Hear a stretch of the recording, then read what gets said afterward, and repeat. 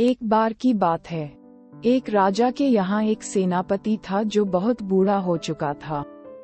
सेनापति ने राजा से कहा कि अब मेरी उम्र बहुत हो चुकी है, मैं किसी और को अपने तजुर्बे से किसी अन्य को तलवारबाजी सिखाना चाहता हूँ। जिस किसी को भी इसका अभ्यास करना हो, सीखना हो, तो उसे मैं ये गुर सिखा सकता हूँ। राजा ने अपने सभी दरबारियों को बुलाया और यह बात उनके सामने रखी, जिसमें से अनेकों नौजवानों ने सेनापति को अपना गुरु समझते हुए उनसे तलवारबाजी सीखनी चाहिए। कुछ दिन के बाद इन नौजवानों में से एक के अंदर घमंड उमड़ आया।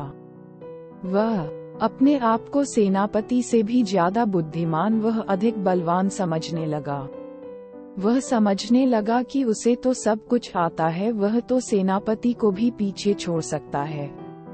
तो उसने राजा के पास जाकर राजा से कहा कि मुझे आपके सेनापति से भी ज्यादा तलवारबाजी आती है, तो आप मुझे ही अपना सेनापति चुन ले।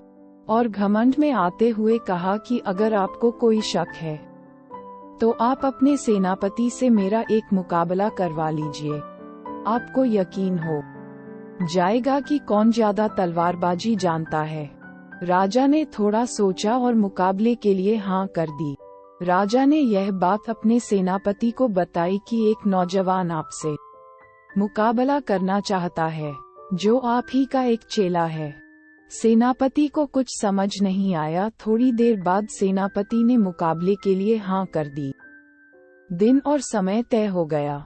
अब नौजवान घबरा गया। वह सोचने लगा कि इतना बुढ़ा सेनापति भी मुझसे मुकाबला करने के लिए तैयार हो गया, अब मैं क्या करूं। वह सेनापति की हर कार्य को ध्यान से देखने लगा। उसको लगा कि गुरु ने कोई जरूरी जानकारी मुझे नहीं बताई है। अगले दिन गुरु लोहार के पास गया और बोला कि एक 15 फुट लंबी मियान बनाए। वह नौजवान भी इस बात को देख रहा था। उसने सोचा कि सेनापति लंबी तलवार के सहारे मुझसे जीतना चाहता है। फिर वह भी लोहार के पास गया और बोला कि एक 16 फुट लंबी तलवार और मियान बनाए। वह सोचने लगा कि अब तो मेरी जीत पक्की हो चुकी है। मुकाबले का दिन आ गया। मुकाबला के शुरुआत में ही गुरु ने अपनी तलवार निकालकर उसके गले पर रख दी और चेला लंबी तलवार होने के कारण तलवार को मियान से निकाल ही नहीं पाया और हार गया। तब उसे पता चला कि गुरु ने तो केवल मियान ही लंबी बनवाई थी, लेकिन उसमें तलवार तो सामान्य ही है। चेले को अपनी गलती का एहसास हो चुका था कि उसने बहुत बड़ी भूल कर दी थी। उसने अपने आप को अपने गुरु से भी ज्यादा महान मान लिया। वह गुरु से माफी मांगने लगा और गुरु तो आखिर गुरु ही होता है, उसे माफ कर दिया। दोस्तों, इस छोटी सी कहानी से हमें ये सीखने को मिलता है कि कभी भी अपने गुरु का या अपनों से बड़ों का असम्मान नहीं करना चाहिए।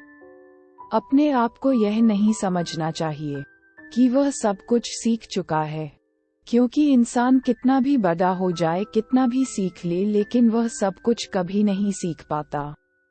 ऐसा इंसान जरूर कोई और होगा जो उससे भी ज्यादा जानता है। तो हमेशा अपने गुरु का या अपनों से बड़ों का आदर करना चाहिए, सम्मान करना चाहिए।